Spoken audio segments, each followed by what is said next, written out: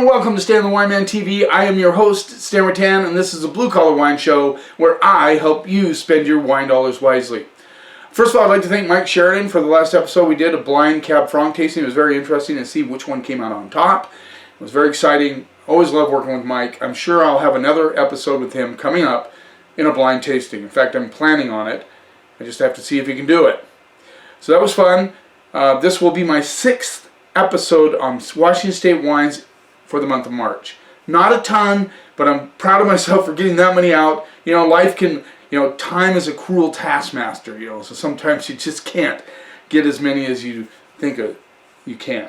This is episode 638, which is pretty cool. Now you think, well, that's a lot, but I've been doing this for a while, so, it's not like I cram in 5 a week. I started out that way, but I've changed that since then. I don't think you guys want to see my ugly mug 5 days a week. Just saying. In this episode, I'm going to talk about the diversity of Washington State when it comes to producing different varietals. I think Washington State does an amazing job with many different varietals of wines. And when I do these reviews, I would like to have you please comment. Don't be afraid. Just see if you can come up with the answer. We have a Grenache, a Petit Verdot, a Tempranillo, and a Petit Syrah. And I would like for you to make in the comments where these varietals are most well known to come from, if that's the way to phrase it. Where do you think of when you think Grenache? I can actually think of 2 places in the world where Grenache comes from a lot. And Petit Verdot, where do you think of with Petit Verdot, Tempranillo, and Petit Syrah? In the comments, when you hear Grenache, what countries do you think of? Or what country do you think of? Same with Petit Verdot, Tempranillo, and Petit Syrah. Okay, let's get started right away. All of these wines I brought into the store because I like them. So I know they're good, but it's been a while since I've tried them, so I'm excited to see how they're showing right now. The first one is a 2019 Novelty Hill Grenache, Stillwater Creek Vineyard, a very popular vineyard in the Royal Slope AVA. This rolls in at $27. Now, I think the reason some of these different varietals are so expensive is because not a lot of vineyards grow a lot of these varietals. So maybe there's a high demand, less fruit, so that drives the price up. The most expensive fruit in Washington comes from what AVA? Right here, there's another one for you. Try and let me know where the most expensive fruit in Washington comes from. I'm sure I've mentioned it before in past programs. It used to be Walla Walla, so I'll give you a little clue there. It's no longer Walla Walla. Which AVA is it? Okay, the Novelty Hill Grenache color is, we got a little moth showing up. Look at that. Fairly dark. You can see through it a little bit. Yeah. I love Grenache. It's very versatile with food. It's a great lamb wine. Easter's coming up. Just saying, Grenache is a good lamb wine. But it can go with a lot of different things because it's a little softer on the tannin side, that sort of thing. Let's see what we get on the palate. Or in the nose, sorry. I'm getting a little cherry fruit, a little ripe strawberry, boysenberry, and a little plum coming through. Let's see what we get on the palate.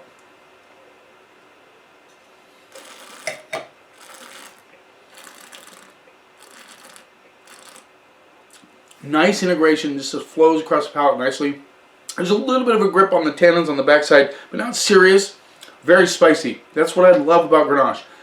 A really good Grenache will have that spiciness to it, that little white pepper, black pepper spice action that goes on. The good and nicely integrated acidity, a little fresh in the mouth. This is a very balanced wine.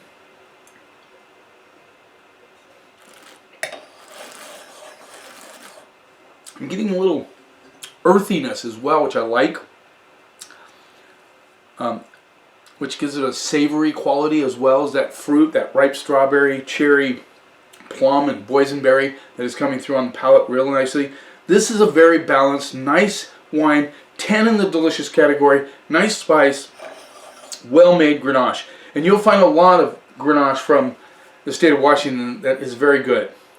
So what country do you think of when you hear the varietal Grenache? I would think of 2 countries that it comes from a lot. Let's see what you come up with.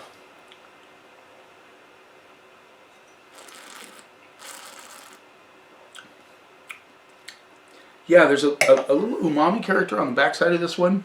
That gives it that savory element on the backside. I like this wine. Very well made. Nice job. I'm gonna go straight up A- on it. It's very well made. Nicely priced. It's under $30.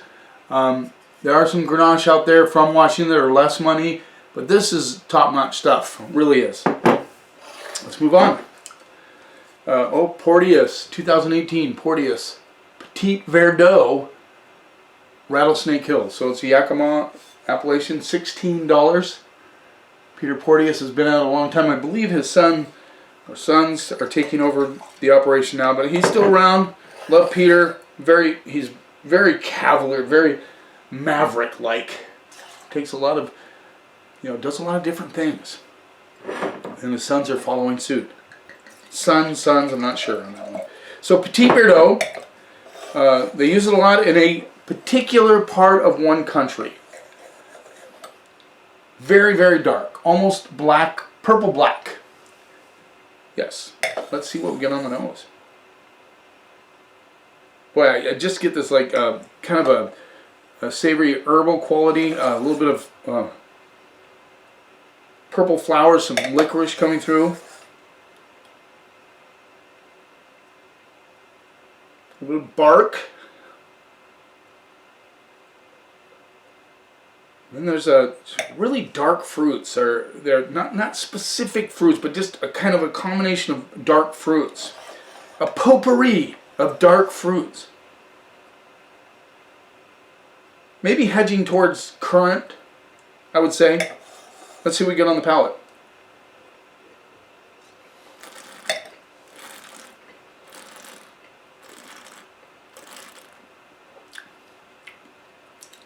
Little meat marinade action coming on.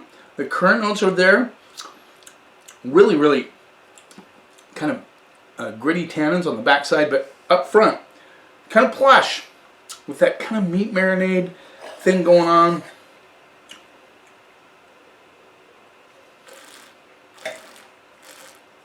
A little blueberry. I get the blueberry, didn't get it on the nose. Could see that on the nose, but it's like I said, it's kind of all bunched up into one, like a potpourri of dark fruits. But there's blueberry on the palate. Good acidity. Kind of freshens up on the backside on this one.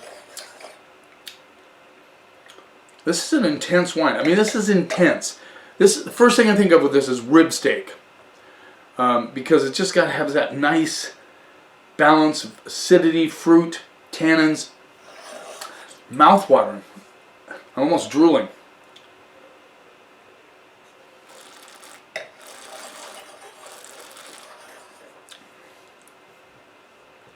I'm even getting just a touch of alfalfa on this one. It's like, when's the last time you've had a Petit Verdot? I mean, it's very interesting to try new wines, and I think this is a good example of a Petit Verdot in Washington State. $16, very affordable. A lot of Porteous wines are. Man, that acidity is just really, really rocking my palate on the back end in a good way. Yeah, almost a raspberry coming through on the backside with the blueberry. Yeah, very interesting wine. It's always exciting to try new stuff. I always encourage you to try new things, and this would be a really interesting one to try. And Petit Verdot is generally a blending grape, and they use a lot to beef it up a little bit, but this is a nice varietal all by itself. I'm gonna go B plus A minus on that. Very solid example of Petit Verdot. Let's move on.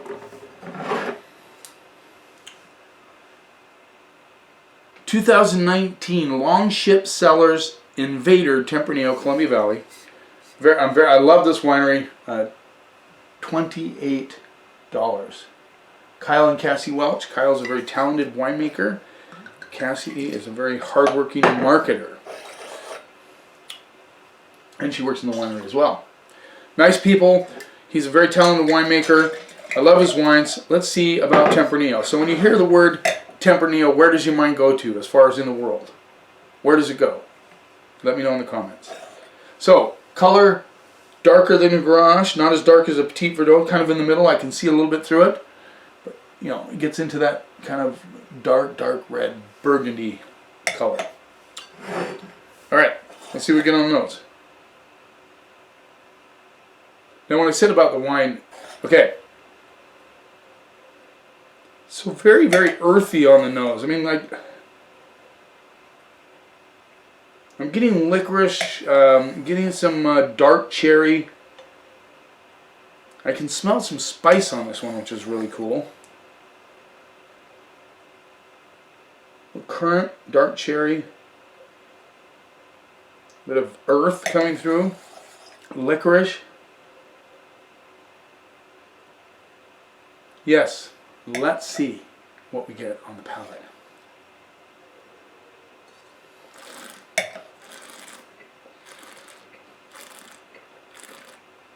Nice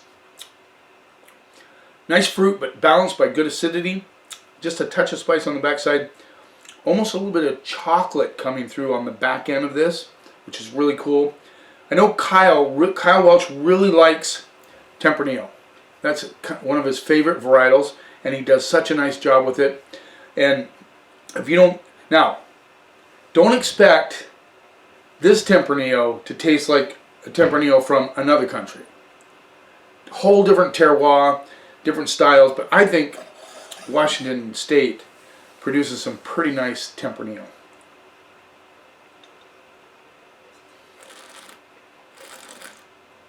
Definitely chocolate notes on the mid palate into the finish. Good acidity, nice balance. The tannins are structured, but they're very approachable. They're not off-putting at all. Good integration on this wine. The currant notes come through, as well as dark cherry.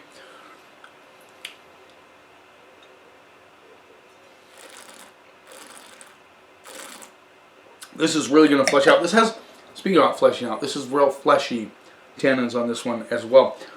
It borderlines on chewy a little bit, but in a good, you know, in a softer way. You know what I mean? It's not chewy like, but you could, it feels a little bit chewy, which I like. So it's a Star Wars wine.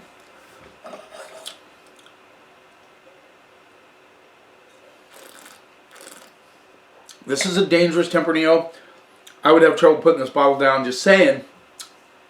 And this is a really good, for me, if I were matching this up at anything, it would be steak for sure. I would do any sort of a meatball thing, lamb kebabs, things like that would be really good with this.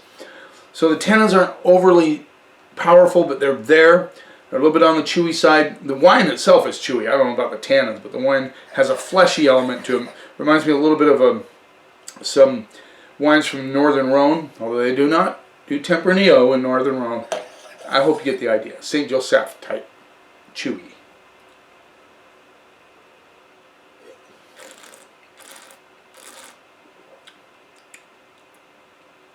Earth notes come through on the back of the mid palate into the finish. This is a beauty. This is a beauty. So far they've all been really good. This is I love this wine. And just a little asterisk here. I only opened them up a little bit before I started this program, and we all know why. I don't have to repeat why I do that. Just that's the way most people drink their wines. And so I try to match what people will experience when they try these. Very good wine. I'm going to go A+ on that Tempranillo from Washington State. Last but certainly not least, 2019 Thurston Wolf Petite Syrah, Horseheaven Hills, Zephyr Ridge Vineyard. This rolls in at $18. Wade Wolf is a great winemaker. His wines are so reasonably priced. Sometimes I wonder how he does it. But he produces some great wines at great prices. So when you hear Petite Syrah, where does your mind take you? It doesn't have to be another country, but it could be another part of the United States as well. Just a little hint, hint. Alright, very dark. Very dark. As dark as the Petit Verdot. I can't even see through it. Barely. Okay. What do we get on the nose? Ooh, interesting nose. All of these are so different. I love it. I'm getting tobacco, a little blueberry. This also has like a little forest floor action going on.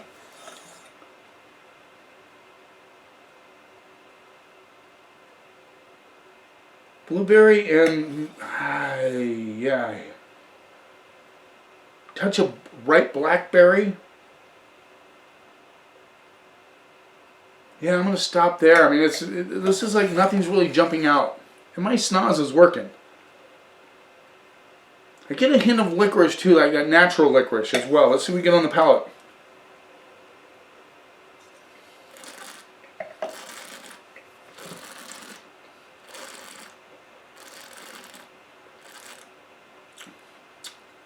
Tell you what, right? I need a little plate right now with these wines. A little plate of meat, the same. I need it right now. They're all on the drier side, but this has good fruit with it. So I get that blueberry, blackberry thing going on the palate. This is a 10 in the delicious category. Solid but smooth tannins. Good balance, nice acidity kind of lying underneath, keeping everything kind of in, you know, fresh on the palate. Doesn't go goopy on you, which is always good.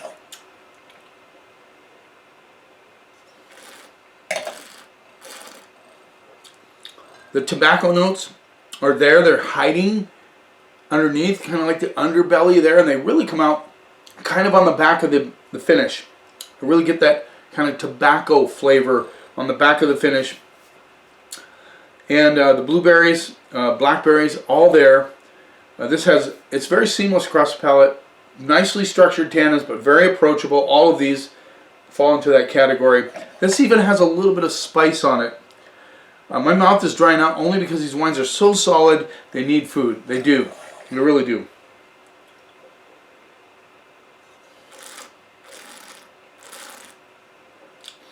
I'm thinking with this one, a really nice pasta dish with red sauce would be really beautiful with this. You know, with a tomato-based, going with those kind of, the tannins are on the sweeter side, but not, I wouldn't say sweet. They're on the sweeter side. Okay. Yeah, beautiful wine. Beautiful. Good balance. All of these are excellent. I'm going to go straight up A on this one. I think for a Petite Syrah, it's really showing well, and I like it a lot. A. So there you go. I could go hours talking about the different varietals that come from the state of Washington, but I'm not going to spare you that. But experiment a little bit.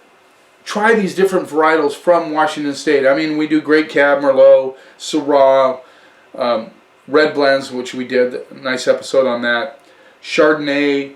Another one they do is Chenin Blanc. A little bit of Chenin Blanc, which is kind of cool. You don't see that as much anymore. I think Le Cole is most famous for that.